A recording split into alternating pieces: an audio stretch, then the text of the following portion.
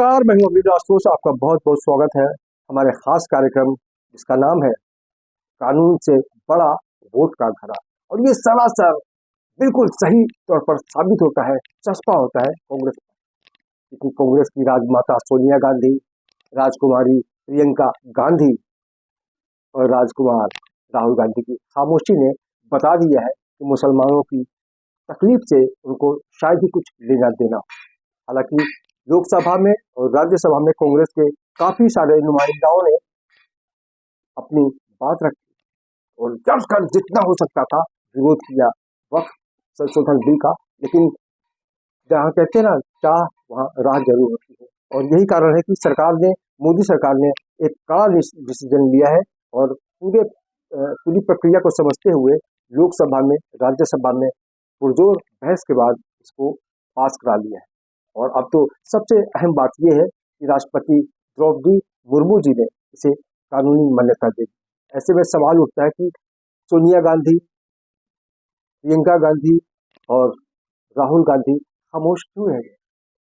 कांग्रेस के बाकी लोग तो बोले, लेकिन ओवैसी की बात छोड़ दें, बाकी मुसलमानों की बात छोड़ दें, जनता दल यू की बात अगर छोड़ दें, जेडीयू जिसको कहते हैं, नीतीश कुमार जिसके अध्यक्ष हैं, उसको लेकर भी काफी दुष्प्रचार किया जा रहा है कि पार्टी में दो फाड़ हो गया। 4-5 सांसदों ने, बड़े बड़े नेताओं ने पार्टी से मोह भंग करते हुए इस्तीफा दे दिया।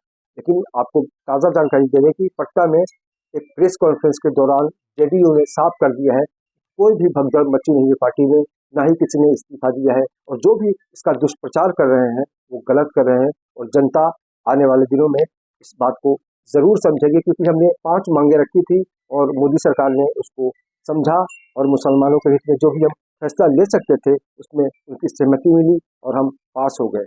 तो ऐसे में जो भड़काने का काम कर रहे हैं, जो दंगा पैदा करने की स्थिति कर रहे हैं, उनकी हम खिलाफत करते हैं। और जाहिर है ये बिल्कुल अंदर की बात है कि पार्टी में कोई भी किसी भी स्तर पर कोई भी घमासान नहीं है, और सारे लोग नीतीश कुमार के नेतृत्व पे भरोसा करते हुए उनके साथ बने हुए हैं। फिर सवाल आता है कि सोनिया गांधी, राहुल गांधी और प्रियंका गांधी की खामोशी क्या कहती है? क्या उनको तुष्टिकरण से इतना डर लग रहा था कि अगर वो कुछ बोले तो उनकी बात खाली रह जाए? जैसा कि बाकी कांग्रेसियों ने बहुत बातचीत की, बहुत बड़ी बड़ी बातें की, लेकिन अंततः कानून तो बन गया ना। ऐसे में कहा जा सकता है कि वाकई वक्त बोर्ड पर जिन लोगों का कब्जा था उनकी अब दादागिरी नहीं चलेगी। लेकिन आम मुसलमानों ने राहत की सांस जरूर ली है और लेनी भी चाहिए, क्योंकि अब तक उनके नाम पर बहुत बड़े बड़े घोटाले किए गए, करोड़ों रुपए बचाए गए, लेकिन उसका फायदा आम मुसलमान को कभी नहीं मिला। ऐसे में सवाल उठता है कि इस खामोशी से आने वाले दिनों में कांग्रेस का जो सन्नाटा है, कांग्रेस की जो अशांति है, वो क्या भंग हो जाएगी? बिल्कुल नहीं, क्योंकि अब मुसलमान, हिंदू, सिख, जैन, बौद्ध सब समझ चुका है कि पॉलिटिक्स मतलब क्या है। जाहिर है जब जनता जागरूक हो जाए तब ये साफ समझा जा सकता है कि कांग्रेस का पूरा पक्ष जो है उसका खुलासा हो गया है। और राजकुमारी प्रियंका गांधी की चुप्पी, राहुल गांधी की चुप्पी और राजमाता, जो कांग्रेस की राजमाता सोनिया गांधी है, उनकी खामोशी से आने वाले दिनों में कांग्रेस और कितना गर्त में जाएगी इसका अंदाजा कांग्रेस तो लगा ही सकती है। लेकिन सबसे बड़ी बात यह है कि बिल पास हो चुका है, कानूनी मुहर लग चुका है, और इस बारे में एक बड़ी जीत हुई है मोदी सरकार की, एनडीए सरकार की, जिसकी लंबे समय से तैयारी चल रही थी।